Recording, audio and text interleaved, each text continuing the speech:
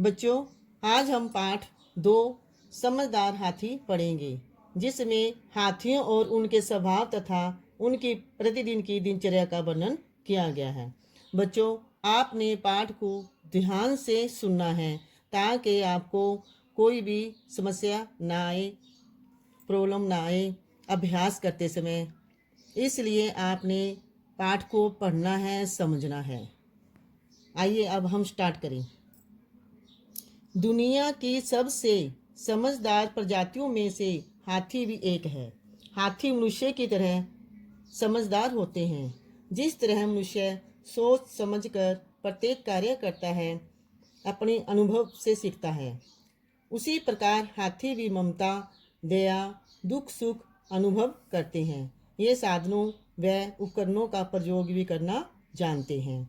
ये आपस में प्रेम, रक्षा, मित्रता, खेल और हास्य सभी का प्रयोग करते हैं। बच्चों, इसमें हाथी कैसा होता है? समझदार होता है। समझदार होता है। वह मनुष्य की तरह आपस में प्रेम, मित्रता, खेल और सभी का प्रयोग करना जानते हैं। हाथी परिवार व झुंड में रहने वाला प्राणी है। यह एक दूसरे को बहुत प्यार करते हैं। यदि किसी एक हाथी पर कोई आक्रमण कर दे तो झुंड के अन्य सदस्य उसकी सहायता के लिए दौड़ पड़ते हैं। इनमें से कुछ घायल साथी भी मदद में जुट जाते हैं तथा शेष शत्रु भी टूट पड़ते हैं। यानी कि हाथी कैसा प्राणी है? हाथी परिवार में झुंड में रहने वाला प्राणी है। ये आपस में बहुत प्रेम करते हैं। जब किसी एक हाथी पर कोई हमला करता है तो ये आपस में हमले वाले के ऊपर टूट पड़ते हैं कुछ तो, और कुछ घायल की मदद करते हैं। हाथियों की याद करने की शक्ति बहुत तेज होती है। यह किसी भी कठिनाई को हल कर लेते हैं। मनुष्य की तरह हाथी अपने अनुभवों को भी कभी नहीं भुलाते। दल का नेतृत्व हथनी करती है। सब उसके अनुभवों का लाभ उठाते हैं। दल के बच्चे भी बड़े होते होते अपने माता पिता व अन्यों से खाना ढूंढना, संसाधनों का उपयोग करना, दूसरे के साथ मिलकर रहना तथा असंख्य अन्य बातें सीखते हैं। यानी कि हाथियों की शक्ति, याद करने की शक्ति कैसी होती है? बच्चों, हाथियों की याद करने की शक्ति बहुत तेज होती है और ये दल में आपस में मिलकर रहते हैं। दल का नेतृत्व कौन करता है? दल का नेतृत्व हथनी करती है। उनके बच्चे बड़े होकर भी आपस में ये उनसे बड़ों से काम वो करना सीखते हैं। वैज्ञानिकों ने भी ऐसा भी पाया है, कुछ बूढ़ी हथनियों को परिवार के अन्य सदस्य उनके मुंह में घास डालकर भी पालते हैं। युवा हाथी बूढ़े हाथियों को उठने बैठने में भी सहारा देते हैं। यदि किसी हाथी की मृत्यु हो जाए तो पूरा परिवार शोक मनाता है। दल के सदस्य कई कई दिनों तक मृत हाथी के चारों ओर बैठे रोते रहते हैं और फिर उस पर पत्तियां व मिट्टी डालकर उसे दफनाते हैं। यानी कि बच्चों, इसमें हमने ये जाना कि हाथी के मर जाने पर वो शोक कैसे मनाते हैं। जब किसी हाथी की मृत्यु हो जाती है तो वे चारों ओर बैठकर उसके रोते हैं, तो फिर वे उसके ऊपर लास्ट में पत्तियां और मिट्टी डालकर उसको दफना देते हैं। हाथी परोपकारी व अत्यंत भावुक जानवर होता है। मुसीबत के समय वह मनुष्य व अन्य प्रजातियों की मदद भी करता है। हाथी कैसा जानवर होता है? हाथी परोपकारी और भावुक होता है और संकट आने के समय वह आपस में एक दूसरे की मदद करते हैं। बच्चों, यहाँ पर एक घटना के माध्यम से हमें ये समझाया गया है कि हाथी किस प्रकार परोपकारी और भावुक होता है। आइए हम घटना के बारे में जानें। दक्षिणी भारत में एक हाथी लकड़ी उठाने में लोगों की मदद कर रहा था। वह एक ट्रक के पीछे चला जा रहा था और महावत के आदेश पर पहले से निर्धारित छेदों में लकड़ी उठाकर रख रहा था। एक निश्चित छेद में हाथी ने लकड़ी रखने से मना कर दिया। जब महावत ने पास आकर देखा तो उसने पाया छेद में एक नन्हा कुत्ता सो रहा है। हाथी ने लकड़ी को छेद में तभी रखा जब कुत्ता स्वयं वहां से उठकर चला गया। जैसे कि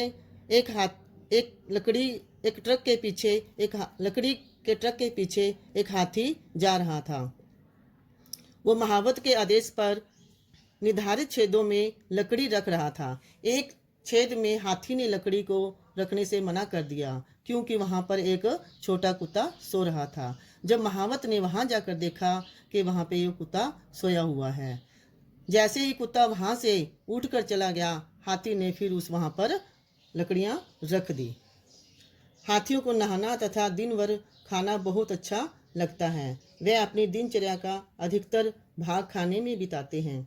कोमल डालियाँ, पत्ते, घास जो भी मिल जाए उसे वे खा लेते हैं। इनके एक दल में कभी कभी 100 तक सदस्य भी होते हैं। नन्हे हाथी अपने साथियों के साथ दौड़ भाग, उठा पटक आदि खेल खेलते हैं।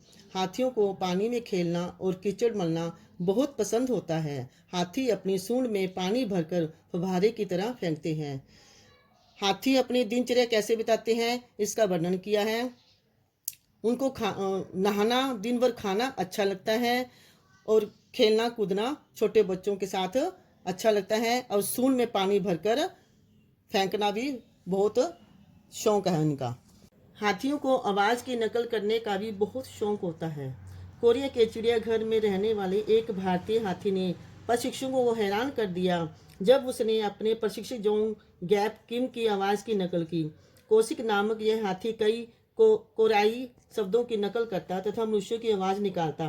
वैसे तो हाथी एक दूसरे के संपर्क में रहने के लिए आवाज़ें निकालते हैं। जब ये एक दूसरे से काफ़ी दूर होते हैं तो अपनी बात अलग अलग आवाज़ों द्वारा अपने अपने साथियों से कहते हैं। हाथियों की आवाज़ों से ही मादा हाथी अपने परिवार सदस्यों को पहचान लेती है। हाथियों को नकल करने का बहुत शौक होता है। एक बार इस हाथी ने अपने जोंग गैप किम की आवाज़ की नकल की। ये आपस में एक दूसरे के संपर्क में रहने के लिए आवाज़ें निकालते हैं। हाथियों की समझदारी उनके दैनिक कार्यों में देखी जा सकती है। परिवार की आवश्यकताएं, दुख सुख, प्रेम व घृणा को ये बखूबी समझते हैं। अपनी सूंड को हाथी भुजा की तरह प्रयोग करते हैं।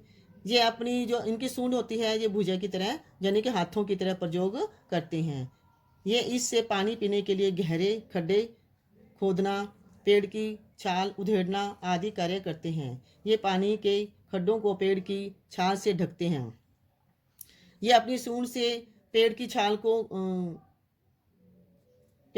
उधेड़ते हैं, फिर पेड़ की छाल से खड्डे खोदते हैं और खड्डे खोदते हैं, खड्डों को छाल से ढकते हैं तथा उसके ऊपर मिट्टी डाल देते हैं तथा बाद में ये कभी भी यहाँ आकर पानी पी लेते हैं।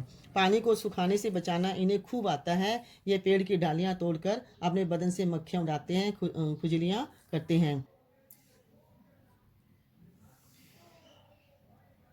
ये पानी को सूखने से बचाने के लिए खड्डों को पेड़ की छाल से ढक देते हैं और ये पेड़ की डालियों से अपने बदन की मक्खियाँ उड़ाते हैं और खुजली करते हैं। हाथी जानते हैं कि किस समस्या का हल क्या है।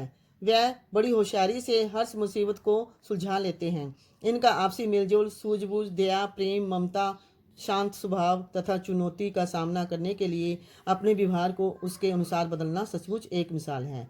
ये आपस में मेलजोल से, दया प्रेम से रहते हैं। इस पाठ से हमें क्या शिक्षा मिली कि हमें आपस में मिलजुल कर प्रेम भाव से रहना चाहिए। इससे हम हर चुनौती का सामना कर सकते हैं। शब्द अर्थ: अनुभव करना, महसूस करना, कठिनाई, समस्या, उपकरण, औजार या यंत्र, शौक मनाना, दुख मनाना, शौक, आदत, भुजा, हाथ, दिन भर का कार्य, दल, समूह, ताकत, शक्ति, शेष, बचे हुए, मिसाल, उदाहरण। शब्द अर्थ: बच्चों, आपका यह गृह कार्य है। बच्चों, आप सब ने पाठ को ध्यान पूर्वक समझना और पढ़ना है।